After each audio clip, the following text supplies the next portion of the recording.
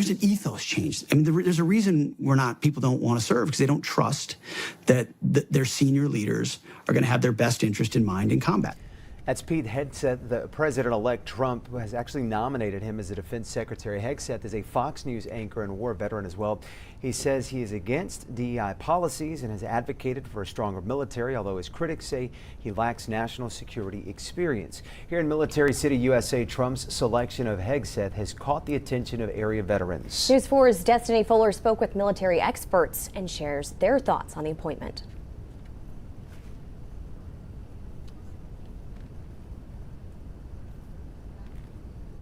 President-elect Donald Trump has named Fox News host and military veteran Pete Hegseth as his new Secretary of Defense for his upcoming presidential term. That choice catching many Americans off guard. Should we be surprised? I mean, President Trump is not exactly a mainstream political candidate. He never has been. He's outside the mainstream. Jeffrey Adicott is a lawyer and retired lieutenant colonel for the U.S. Army who currently teaches law at St. Mary's University. He says Hegseth's appointment is unusual. Usually the Secretary of Defense is a 3-star, 4-star general that's been at all the levels of command. They've worked their way up from the bottom all the way to the top. Pete Hegseth is a fine American, a great individual, a great veteran. I think a lot of people question whether this is over his head. It's like if you could drive a Ford pickup truck, great.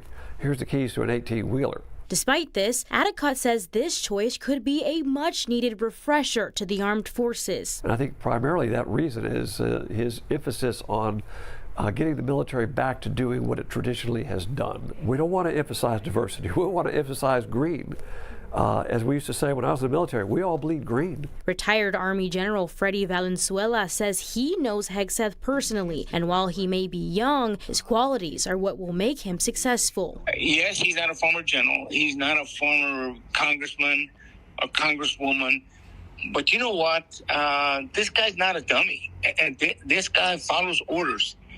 And he's very loyal and he's trustworthy. As a veteran, he says the American people should give all new appointees a shot before they come to judgments. If they believe in this country, like I think they are, like I think any cabinet member, even under the previous administration, if the country's number one, I mean, if that's the priority, then I think that's the main quality. And it's all about character and reputation. For News 4 San Antonio, I'm Destiny Fuller.